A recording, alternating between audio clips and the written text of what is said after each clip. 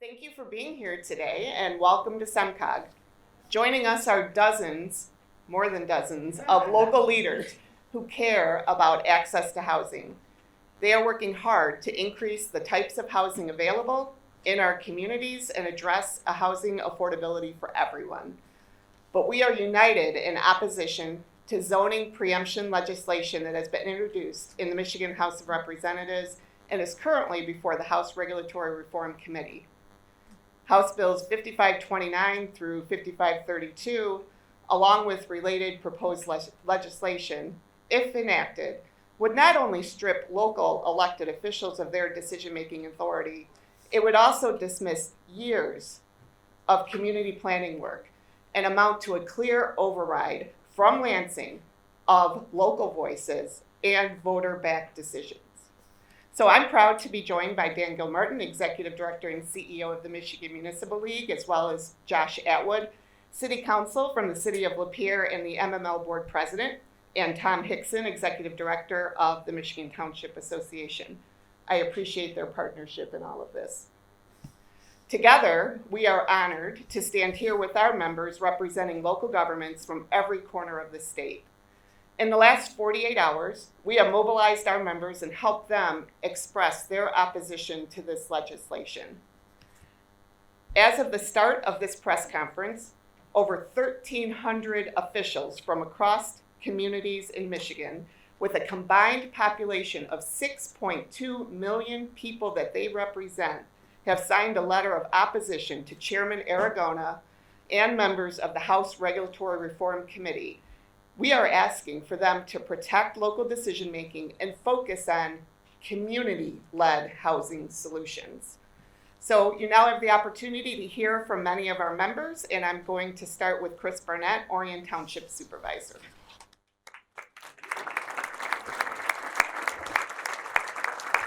Thank you, Amy. Thank you, everyone, for being here. Today, we stand together. Look at this picture. We're here to defend a simple fundamental principle. Local decisions should be made locally. Over the past several days, local government leaders across our state have spent hundreds of hours scrambling to understand these bills and to defend our communities from them. Let me be very clear. These state preemption bills are absolute government overreach. They take the zoning authority away from the people who live in our communities, and they hand it to politicians and special interest groups in Lansing who will never sit through a 4-hour planning commission meeting and public comment. That's not reform, friends. That's centralization. When sweeping legislation like this overrides local decision-making and it's introduced without meaningful consultation, it reinforces exactly why trust in our government is at an all-time low, and that's a fact. Trust in federal and state government is at the lowest it's been in any of our lifetimes up here. Let me ask you something. By show of hands of my colleagues here, how many mayors, supervisors, council members, township board members, planning commissioners in this room were consulted before this bill package was introduced? That should concern everyone. Their job title is their job description, state representative. They represent us. And when legislation like this moves forward without consulting us, the communities it impacts the most, people actually begin to wonder why and who is really being represented. Listen, we are mad as hell, and we're not going to take it anymore. All right. In Orion Township, we completed a master plan update that engaged more than 600 residents over 2 years. It's in my hand right here. We had public workshops, surveys, open houses, real input, real compromise, shaping where businesses grow, how neighborhoods evolve. That's what democracy looks like. And what this legislation says, intentionally or not, is that those 600 voices don't matter, that the years of planning don't matter, that local consensus doesn't matter. This plan to Lansing is garbage. And that's not acceptable. Local officials are the ones protecting your property values. We're the ones planning infrastructure improvements. We're the ones balancing growth with public safety and fiscal responsibility. We are Republicans and Democrats alike. But first and foremost, we are local. You elect us. You see us at the grocery store, at our kids' soccer games, at church, at dinner. We don't have the opportunity to disappear to Lansing. And frankly, we're tired of being told that the people closest to the problem are somehow the least qualified to solve it.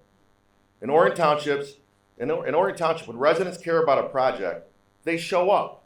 They look us in the eye, they speak, and they vote. That's human scale democracy. And this proposed preemption breaks that link. It tells residents, your local voice doesn't matter. The real decisions are made somewhere else. A strong Michigan depends on strong local governments. Strong local government requires authority, accountability, and respect. So today, we are urging legislators on both sides of the aisle to reject this preemption package, reject state overreach, and reject one-size-fits-all mandates because clearly they don't fit all of us. Work with us, not over us. If you silence local voices, don't be surprised when local voters find theirs this year.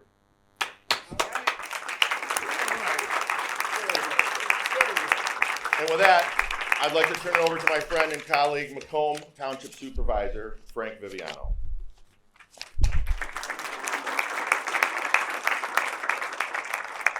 Thank you, Chris. I'm going to ask Paul Gilliam, Supervisor of Clinton Township, to stand with me. Now, together, he and I represent more than 200,000 residents. And together, we represent the entirety of one of the bill sponsors' districts. Now, one of our core responsibilities as local elected is to make responsible decisions that help improve the quality of life for our residents. And zoning plays a large role in that. But this proposed bill package would significantly restrict local decision-making regarding zoning. It would prevent local leaders from making responsible determinations that have always been handled at the local level and with community input. Now, Michigan is not one type of community. It's urban, it's rural, it's suburban, and it's everything in between. Those of us at the local level are living and working in the communities that we represent, and it's us and our elected boards that are in the best positions to understand what our unique communities need and how our residents choose to live. This is not about resisting change. It's about preserving the democratic principle that the residents deserve a meaningful voice in shaping their own communities. Zoning decisions are not made lightly. They take years to develop and are the result of community-driven planning in the form of public input sessions, open houses, and public hearings. We must not ever eliminate the people from the process because these decisions will directly affect the health, safety, and welfare of the communities that we all live in. Yet removing people from the process is exactly what these bills aim to do. Communities are not static. They evolve carefully and intentionally. Local leaders balance housing needs, economic development, environmental protection, infrastructure capacity, neighborhood character, among a host of other factors unique to each city, township, and village in the state of Michigan. This legislation essentially would shift the decision-making, and not to Lansing, but to private developers whose sole motivation is increasing profits. This sets the stage for them to make decisions in their own self-interests at the expense of our residents. And we must not allow that to happen. Now, last night I was going over my comments and I was reading them in my living room. And my 11-year-old daughter was listening to me and she says, "Dad, I don't understand what that means." I said, "Honey, think about it this way. If this bill passes in the way that they're currently written, if something were to happen to one of our neighbors' houses and it had to be burned down, somebody could come in and build a duplex 5 feet from the property line." And she looked at me and she said, "Well, that's crazy. Who would ever do that?" I said, "You're right, it is crazy." Now, we must also address the claims that these bills will meaningfully increase the housing supply across the state. There's no evidence of that. There's no evidence that simply stripping away local decision-making will by itself produce housing growth that Michigan needs. Housing supply is driven by financing, infrastructure capacity, workforce availability, the supply chain, market conditions. Zoning is only one very small part of the equation. Now, Supervisor Gilliam and I live in neighboring communities. We share a border. Yet our two townships are decades apart in our growth cycle. Our challenges are very different despite our proximity. The decisions that he and his boards will make alongside his residents, they wouldn't work in Macomb Township. Just as the choices made by my township boards wouldn't necessarily fit the needs of Clinton Township. We are here, all of us, to say clearly, local voices matter, local accountability matters, and community-led decision-making must remain at the center of Michigan's future. And with that, I will now turn this things over to the Mayor of Harper Woods, Valerie Kindle.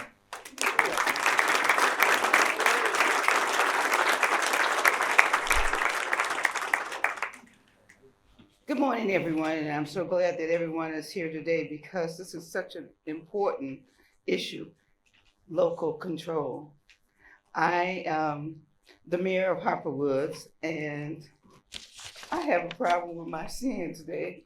I'm trying to read my statement, but the most important thing about this is that as someone who's lived in our community, in my community for over 20 years, I've served on the planning commission. I've spent many hours in long meetings.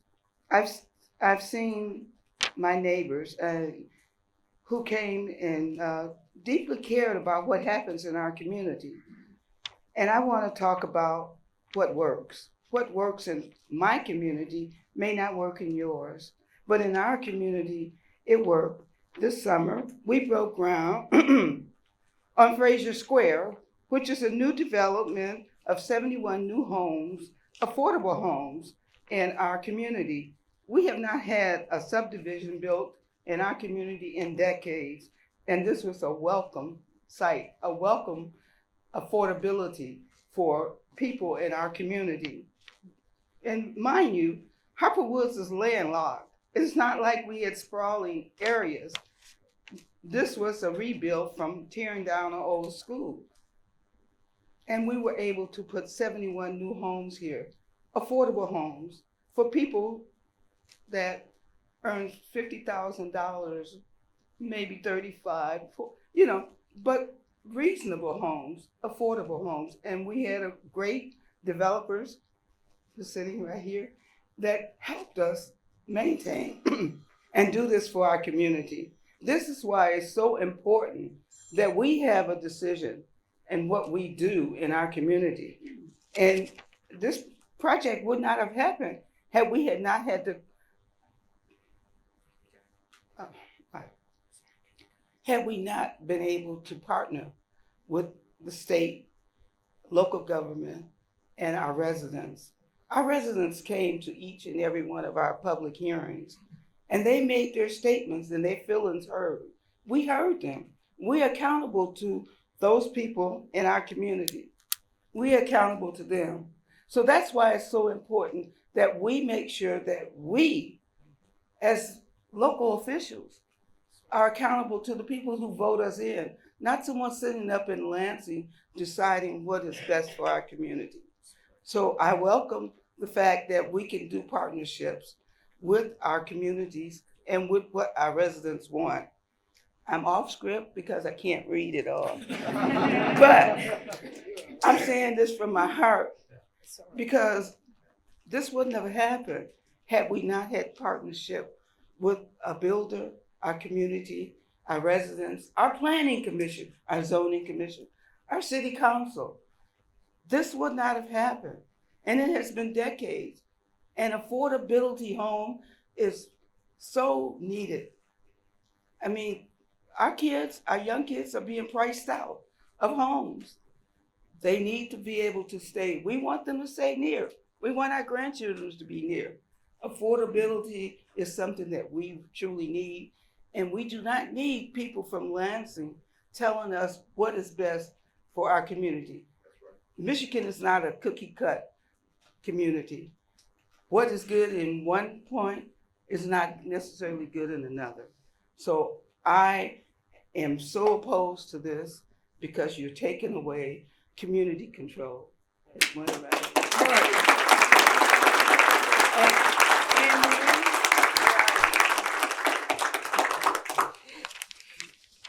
Thank you, Valerie. Good morning. Good morning, everybody. My name's Anne Marie Graham-Hudak, Canton Township Supervisor. So these bills that we're talking about would significantly constrain thoughtful, community-driven planning in municipalities. Canton Township has successfully attracted attainable housing without state preemption. Canton is a growth leader. Canton's 2020 population of 98,659 makes it Michigan's 9th largest municipality of approximately 2,000 across the state. From 2010 to 2020, we increased housing units and population by 9.4%, ranking it as the 7th fastest growing community in the state. We exceeded state goals. Between 21 and 2025, Canton approved 1,493 permits for new residential units, representing 1.3% of the governor's goals to build or rehabilitate 115,000 units statewide by September 2026. We have maintained this pace so far in 2026. We also have a diverse housing pipeline. We currently have nearly 1,300 units under review, featuring a mix of detached and attached single-family homes, multifamily units, 661 senior housing units, and 96 specialized housing units for individuals with intellectual and developmental disabilities. Our 2025 master plan explicitly encourages infill and attainable housing. We are currently implementing a housing needs assessment right now to refine regulations for missing middle types such as ADUs, duplexes, triplexes, and quadplexes. Simultaneously, our plan protects cherished rural areas. Based on site analysis and community input, we direct higher density to areas with appropriate infrastructure, the backbone of housing. In the 1970s, Canton had a housing boom. The county approved developments on what we now know as floodplains. On August 24th, 2023, Canton declared a state of emergency due to flooding, major flooding, and a tornado within 24 hours. Many of these houses that were built on that floodplain in the 70s were flooded and permanently lost their backyards. Hundreds of thousands of dollars of damage was caused. Those homeowners constantly call me, email me, and often attend our board meetings asking for help. Those developments would not be approved with the knowledge we have now of our communities. The knowledge we have now as opposed to 50 years ago. These bills set us up to make the same mistake again. Poor planning hurts our families. It costs money and it will make things less affordable. For these reasons, we need legislatures to reject these bills.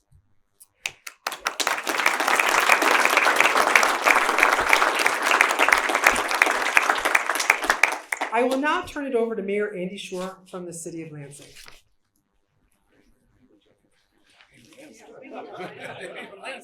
All right. Good morning, everyone. First, when all of these folks behind me say the people of Lansing, that's going on in Lansing, they all mean state government. They all mean state government. You're all right. Thank you. I'm sitting here listening. I am not from Southeast Michigan, but I heard about this. I got calls from Democrat and Republican friends, township boards and mayors, and I kind of got in my car and said, I'm gonna head down because I think that it's important. This is important for the whole state. This isn't just Southeast. This is our whole state. And I want to be clear: housing affordability and supply are serious challenges, and we local governments recognize this, and we work on active solutions. The city of Lansing is doing this. You know, we're going to have completed about 1,500 new units just in the last few years, working with our local development community, folks from out of town, working with anybody to use the tools that we have through our planning and zoning processes. We're also doing rehabs of housing because we are, again, an urban community, and we have infrastructure that we can retool to make sure that costs are down, but we can get folks into those buildings. We have passed ordinances. We have created form-based code and zoning. We've reduced parking requirements. We allow ADUs. These are important to our residents who came to us and supported these measures. We had op-eds and papers. We had folks who wanted these, and these are all good starts, but preempting local government does not create rehab, or incent one home. Not one.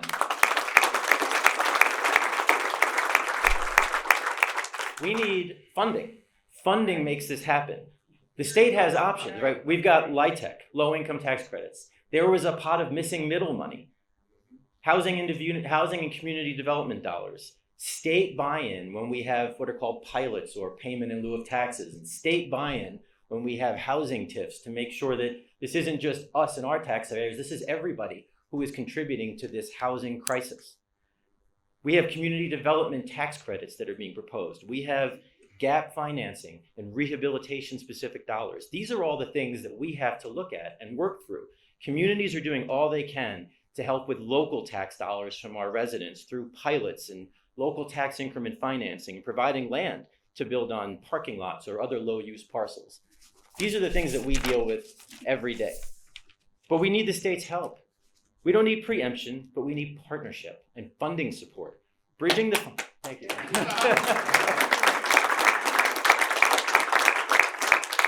Bridging the funding gaps that developers face allow for more affordable housing to be built and fixed in communities like Lansing and communities all throughout the state. That's the best way to build and rehabilitate housing in our communities. And just so you know, we're not just here to say no. Right. We're here to say there's a better solution. We announced several months ago the My Home Plan last year with bipartisan legislators and a variety of local officials in Lansing City Hall with the MML and with others, which offers a constructive alternative to state preemption. It respects the diversity of Michigan's communities, both urban, suburban, and rural, and it provides tools and incentives that empower local governments to expand housing supply in ways that fit their unique circumstances. So instead of overriding local plans, and there's one sitting on the floor right here, instead of overriding it, the My Home Plan works with communities. It supports flexibility, it encourages innovation, and importantly, it's designed to help build more homes by aligning state support with local implementation. Sweeping mandates oversimplify the problem and ignore the unique needs and circumstances of Michigan's diverse communities. So we ask the House of Representatives to reject these bills and work with local government on solutions that put our partnerships over preemption. So now I want to turn it over. Thank you.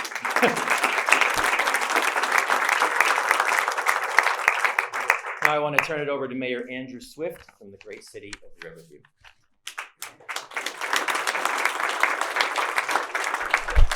Good morning, everyone. I would like to say it's a pleasure to be here, but for those who know me, I don't get up this early for anybody. So this is that important. So on behalf of the City of Riverview, I'm going to express our opposition to the 9 bills that will preempt the authority of our council and our planning commissions to make decisions that affect our unique community. We should be working to address the state's housing crisis, but these bills raise significant concerns about planning authority while also enacting and recognizing the complex capacity considerations of each of the existing public utilities and our infrastructure. Current housing and zoning standards are not arbitrary. They are calibrated, aligned with the roads, capacity of the roads, our stormwater sewer systems, water and sewer infrastructure, as well as fire and police services. Increasing density without adequate local review and mitigation planning creates risk of overburdened utilities, unsafe traffic conditions, and strained public safety. This can all lead us to ask our residents for more money for the same services they're already getting. Our municipal engineers, planners, and locally appointed zoning boards must retain significant authority and the time to evaluate the impacts, coordinate necessary infrastructure improvements, and ensure the consistency with the long-range capital improvement plans that are unique to each of the city.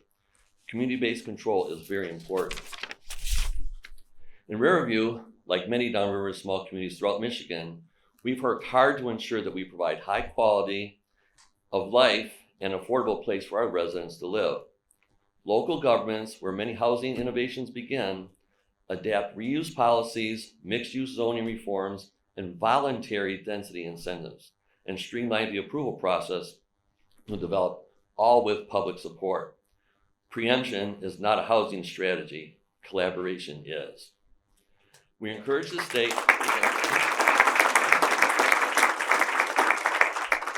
We encourage the state to pursue meaningful solutions to reduce housing costs in partnership with local governments, not an adversarial relationship. And now I'd like to turn this over to the Mayor of Rochester Hills, Brian Barnett.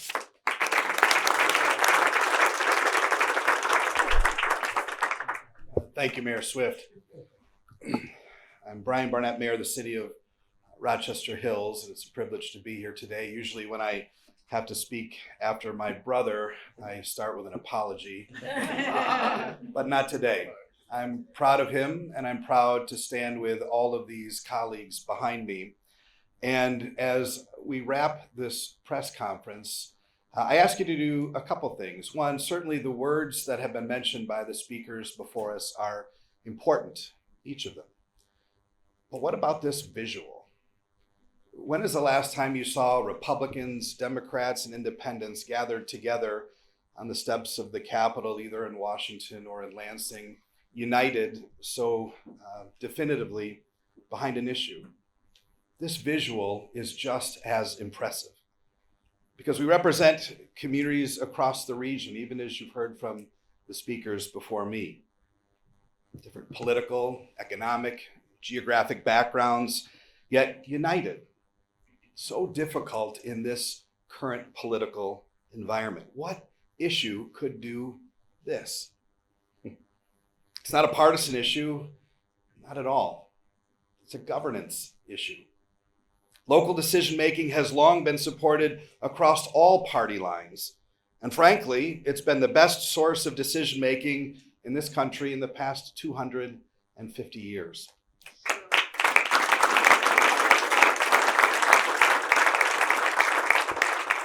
Communities function best when the decisions are made by those closest to the people. We all know that. You know that. And our message today is about unity in defending democratic decision-making and the accountability that goes with making those local decisions. Regardless of party affiliation, we all agree that local voices must remain central to zoning and land use decisions. Now, let me be crystal clear about this point. Every person behind me is pro-housing. Don't let anyone tell you anything different. We cherish our communities and selfishly want as many people as possible to see what we are so proud of. You know how I know that? Because if you asked any one of these electeds behind me how many people live in their community, they round up. And the reason they do that is because they are proud and want more people to understand why living in their community is so exceptional. We understand the American dream of homeownership, and we work hard every day to make it possible for as many people as possible. And we certainly know and understand that housing is a real national and local challenge.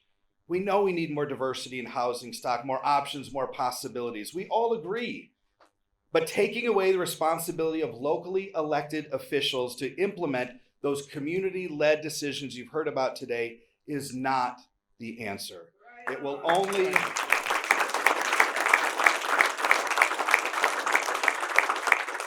only create more problems. When you take zoning decisions away from local governments, you're not taking them away from these faces. You're taking them away from our residents. In our city, we just updated our master plan just 3 months ago. It was a 9-month process. 2,500 people engaged in that process along the way. 2,500 voices came out to share their dreams for their community. Longtime residents, first-time homeowners, and everything in between, in every demographic. And they certainly didn't all agree, not even close, but they were heard. And we, as electeds locally, are building our future around those voices. And that same grassroots process has been done over and over by the incredible leaders standing behind me. You've just heard several of my colleagues talk about their unique solutions to housing challenges. Cities are the world's innovation labs. We see it all the time. What they're doing in Harper Woods and Lansing is truly exceptional. In Rochester Hills, we broke ground on the first ever housing development strictly for the IDD community, individuals with intellectual and developmental disabilities.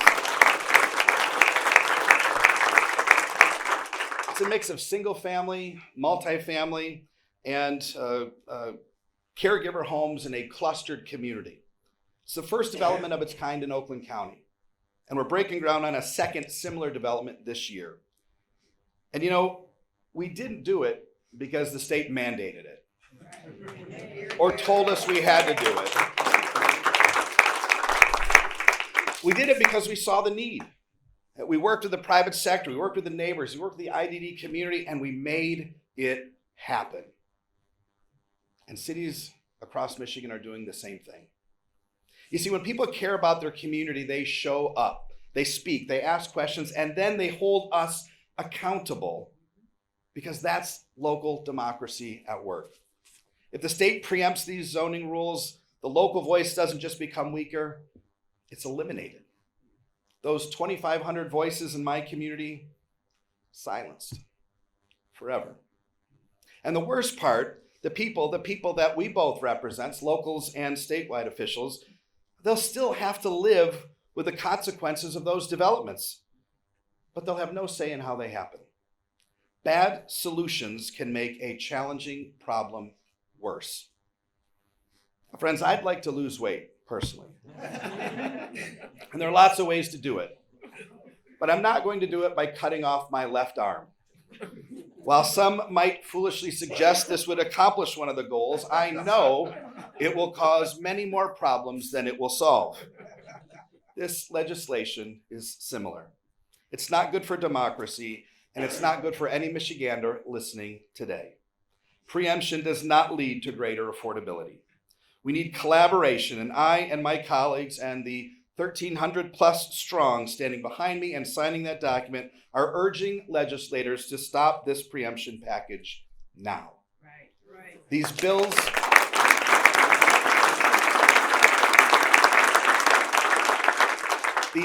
promise affordability, but they deliver something far more sinister: centralization. They ignore the reality that housing costs are driven mostly by interest rates, labor shortages, material costs, market forces that stripping local authority will not fix. And as we have heard from leaders across the state, from Canton to Lansing to Riverview and Rochester Hills, zoning is not just red tape. It's a tool we use to ensure that growth is sustainable, that our roads and sewers can handle new density, and that our communities evolve in a way that respects the residents who call them home. What we need is support, genuine support. And we urge the legislature to reject this government overreach and trust these leaders behind me and across the state to do their jobs. A strong Michigan depends on strong local communities, and we encourage Lansing to work with us and not over us. And now we'll take a few questions.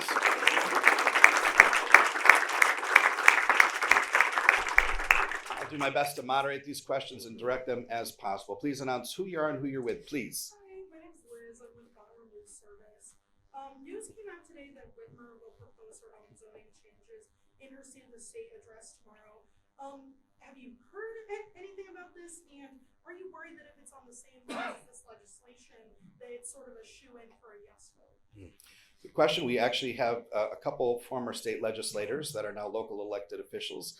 I'd ask Mayor Hamoud from Dearborn to maybe come up. And Mayor Shore, do you want to take this as Brian, well? I want to speak on it too, if I could, when he's done. Just Mayor Shore, Mayor. How are you? Abdullah Hamoud, Mayor of the City of Dearborn. I think we'll wait to see what the language says, but anything that invokes preemption, I think you're going to see unanimous support with the individual standing here today, saying to not take away local authority.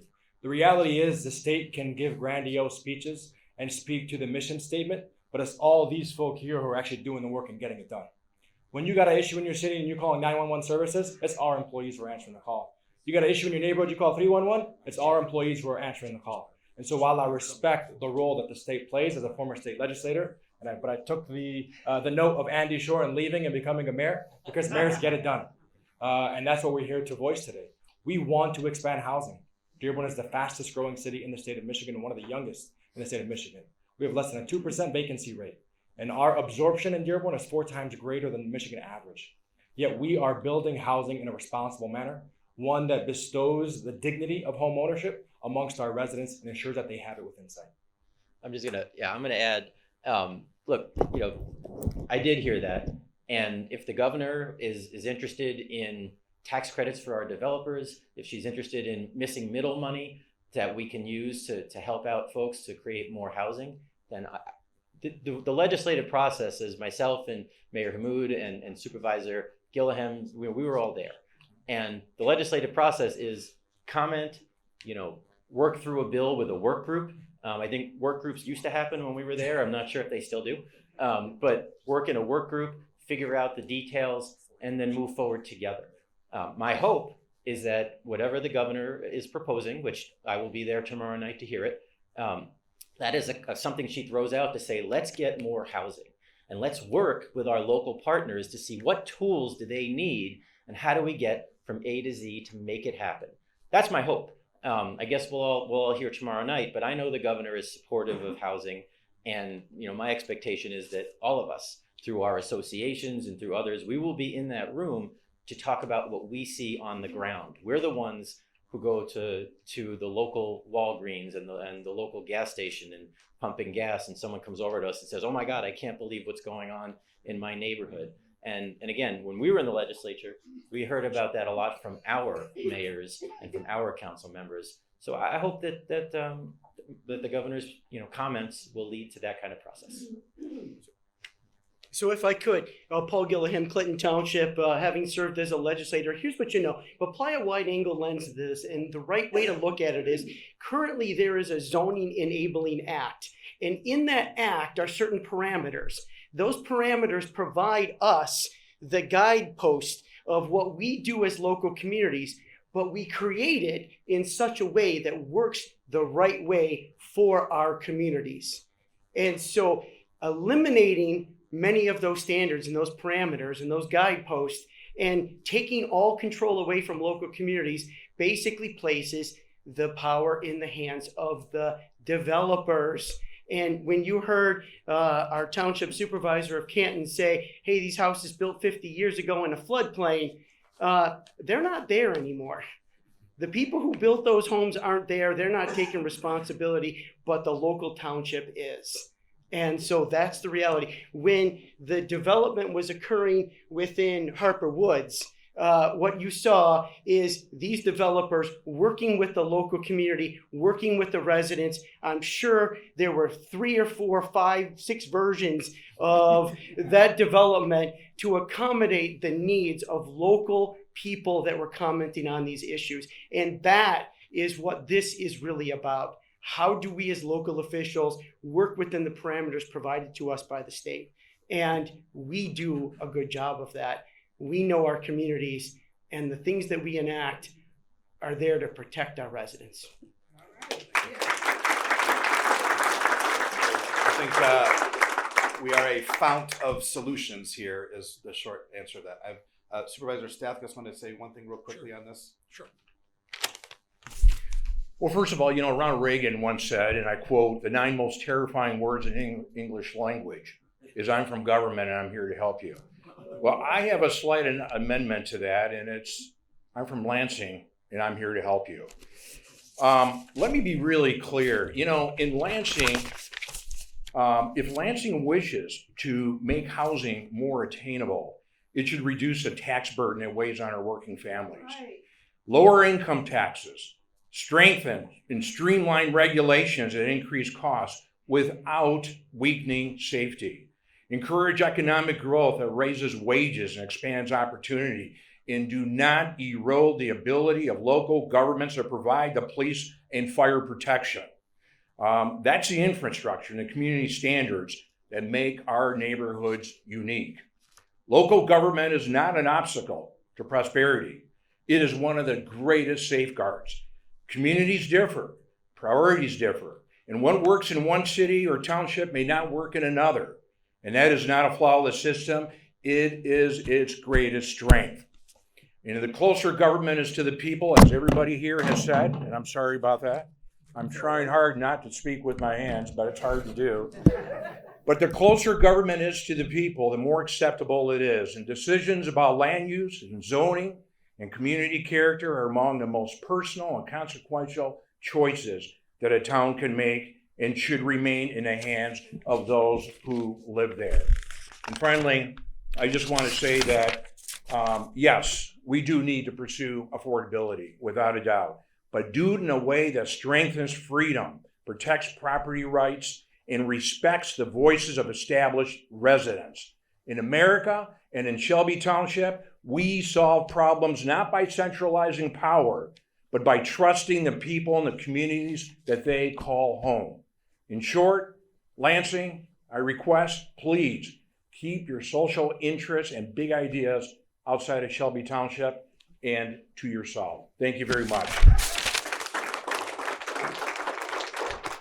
We have one more member answer that question, then we'll get to your question next. Our host here in the city of Detroit, Councilman Scott Benson. All right, thank you. Good morning, everyone.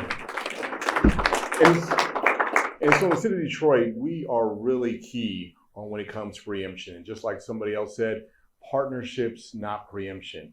We in the city rely on our residents to help guide us when it comes to how we do development in our communities. What we don't do is a top down, we'll tell you what we're going to put there. And that's the same way we do not want that type of overreach from the state of Michigan. Preemption harms communities. And just like you heard from Canton Township, we do not need those who do not live locally to tell us how to govern locally. We can best regulate and represent our residents ourselves at the local level. We need Lansing to provide resources. We need Lansing to provide the goalposts, the guide rails when it comes to how we do development, and we need those financial resources from Lansing as well. What we don't need is Lansing telling us how to do development or who we have to allow to do development within our communities, because oftentimes Lansing gets that wrong. Local leaders know best. Local leaders are answerable to our residents within our districts, within our townships and our cities and our villages. We know best locally. Allow us to take that lead. We will work with you, Lansing, but do not tell us how to engage, how to develop. Help us when we ask for your help. Thank you.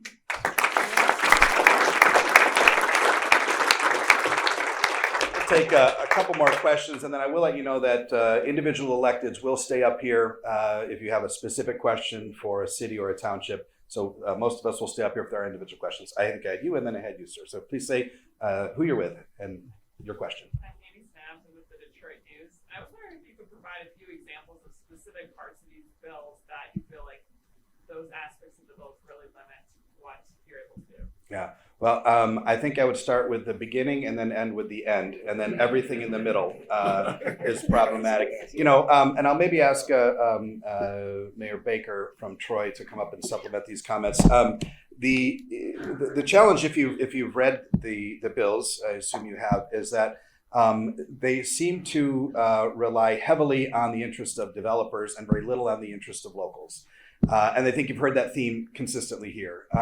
We think there are a lot of other ways to address these core issues that we see as problematic. All of those, first of all, there's a large question whether they even address anything related to affordability. But imagine, I always say, imagine taking that to, there's a level of government even lower than us. It's homeowners associations, right? Imagine taking those to their homeowners associations, like, we've got a great idea. Listen to these 9 things. Good luck getting out of the room. I mean, most homeowners associations would not find these helpful in any way. That's what we're really fighting against is just the fact that these bills, you know, as I think my brother mentioned earlier, no one was consulted on these, not a single one of us. It's hard to figure out how you can implement something over someone without engaging them at all in the process and expect them to be happy at the end. Mayor Baker? Right behind you, Ryan. Yeah. Hovering over Brian. Ethan Baker, City of Troy, right next to Rochester Hills. And, you know, we're cities that many people think are very similar to begin with. But what happens in Troy and what happens in Rochester Hills alone are very, very different. So imagine on as you spread that out from a countywide standpoint to the state as a whole, I think the biggest issue is taking away the voices of our community members So these bills specifically, not listening to us, not listening to the people we represent, we call ourselves experts. The reality is it's not us that should be patting ourselves on the back. It's our residents and community members that have worked so hard to come to our meetings and to share what they feel is best for their communities. And the biggest issue for me about this bill specifically, or this package of bills, is the related infrastructure burden that puts on each of us individually. It doesn't address how we're going to handle these things when we've got a one-size-fits-all approach that comes to us. So I think we know best, and our communities know best what infrastructure needs we have, how best to fund those, which is difficult. I think we can all agree on that right now. But Lansing solving this problem isn't going to work. It's not a solution. We've got a planning commission meeting tonight in Troy where they are deliberating and hopefully passing some zoning text amendments that have been the work of several years of great community focus groups, master plan updates, really intense community focus work, neighborhood by neighborhood. To think that that is going to be for naught and will be thrown away, and the hundreds and hundreds of voices of the Troy residents are going to be discarded, that's so upsetting to me as a mayor of a city like Troy. So again, keep it local, keep it focused on our communities. It's not about NIMBYism. We all want attainable and affordable housing. We're all individually focused on doing that our own ways. That's how it's going to work best in this state. It can't be a one-size-fits-all mandate. Typically, that never works. There are time and place for policy being set out of Lansing state government, not Andy Shore's office. There's a time and a place for that. This is not the time or the place. Keep these community focused. Let our residents' voices be heard. Don't take that away from them. It's so unfair.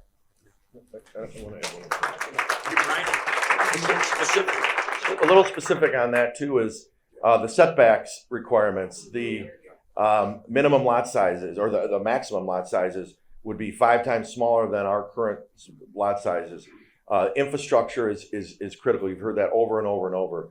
And the challenges we have is there is a design, there is a plan, there's a reason why we have our setbacks the way they are. Have to do with availability of fire hydrants, infrastructure that needs to be there. And so when you cluster these homes so close, in Orion, we only have so many REUs, only so many units of sewer that we can flow down to the city of Detroit remaining. So we have planned that out for the rest of our community to be built out.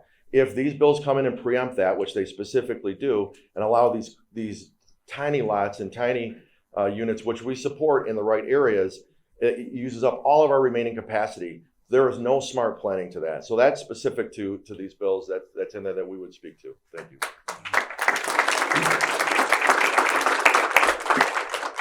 I would just add that I don't know everyone behind me, but I know one thing about every single one of them. None of them got into this for the money. We all got into this because we have a passion for our communities, no matter where they are in the mitten. And I think what you see here is a raw reaction to when people want to mess with our communities. You have people that just go, this doesn't feel right. This isn't right. We have put so much blood, sweat, and tears and passion into the communities we represent by listening to the voices that we hear. And when this comes in from left field with no discussion, that's what I think a combination of anger, frustration, pride in where we come from, thinking that we're all doing a great job where we are and that we have a plan moving forward. We know there are things we need to work on, but what you're seeing is the passion people have for their hometowns. Last question here, and then we'll break. Thank you. Nick Madison, Detroit Business. I think, I've heard the proponents of the bills, note that this is hardly the only state where, preemption of local zoning has been considered in the past, upwards of a dozen states. Just, wondering if you could, share any thoughts on, other states that have done this and maybe what the results have been. Other states that have preemption? Yeah. I think so. Anybody? Anybody want to? Amy, that's a good one. I'm not an elected official, but I will say from SEMCOG planner that where we are hearing this happening are places like Florida, Texas, California, Oregon, high growth areas.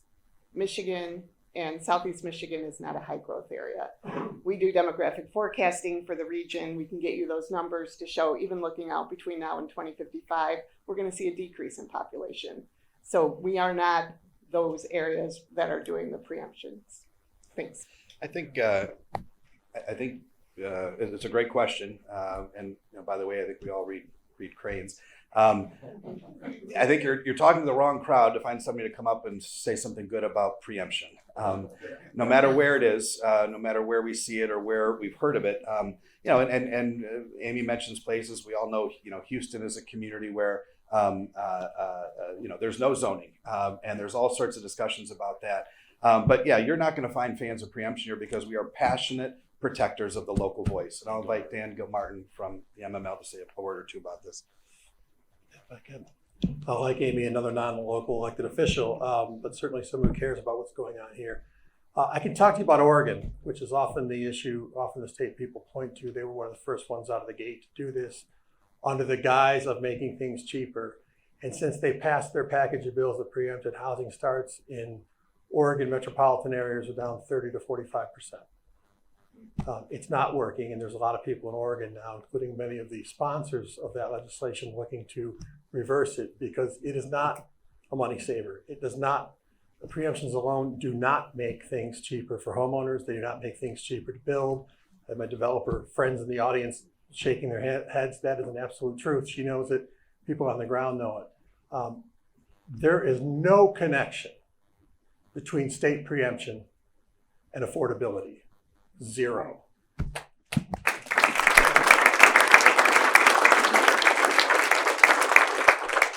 So I would say this.